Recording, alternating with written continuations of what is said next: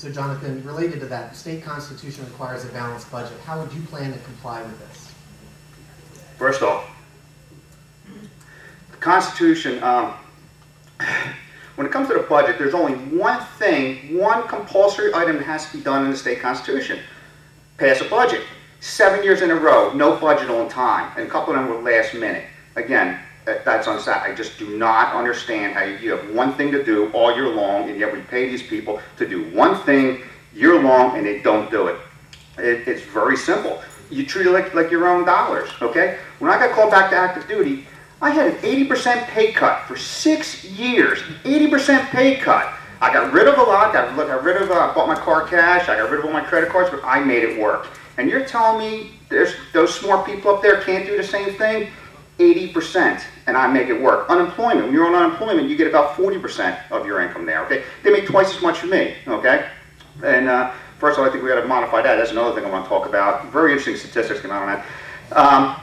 But you got to live within your means. Very simple. Live within your means. It's so easy. This is not rocket science. Okay, so is rocket science professional this way? Yeah, oh, good. Got my strawberry move? Yeah, sure. So this microphone kind of stopped working. Okay, so the 10th Amendment to the United States Constitution. Yes. What does that signify to you and in the role of state government? The incorrect political history books are just absolutely phenomenal. You know, by the way, I heard that by Kyra, word you mentioned the other day. When you really look at the history of how this started, the federal government was supposed to be very loose, very weak. The states had all the power, okay? We have let that go. The 10th Amendment is all we need. There's no silver bullet out there. Our forefathers knew what was going to occur. They wanted the states to have power. Essentially, they're going to be their own nations, if you will. We need to restore that. And one of the reasons why I'm running is because I am completely opposite of Mr. Hennessy that came first, okay? He refused to sign any 10th Amendment resolutions out there. Last year, our friend Sam Rohr put a bill up for the 10th Amendment resolution.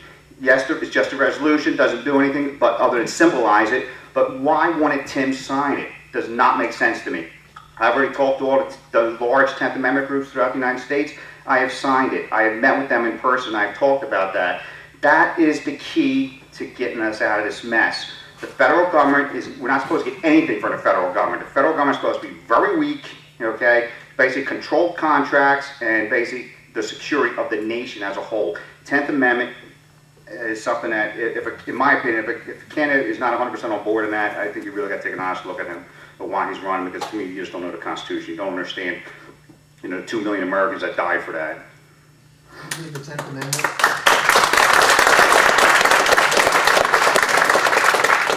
You're not clapping on that side. Just kidding. Do you believe the 10th Amendment has been violated? If so, how? What's a real good example of that?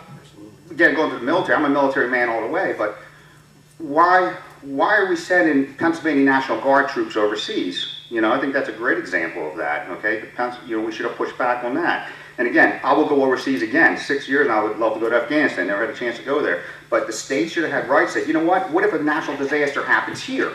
Okay? They're not going to be held here, okay? No child left behind. Putting these mandates down on us that does not make sense to us. In Pennsylvania, we have 501 school districts? Somebody help me there. Okay. 501 school districts. Why? Because we wanted local control of them. Why are you having these mandates first off, and then why are they unfunded? Okay, and why do we have to create extra jobs so we can actually report on these mandates? It doesn't make sense. And those are two examples. All right, I think we'll wrap it up there. Okay, thank you.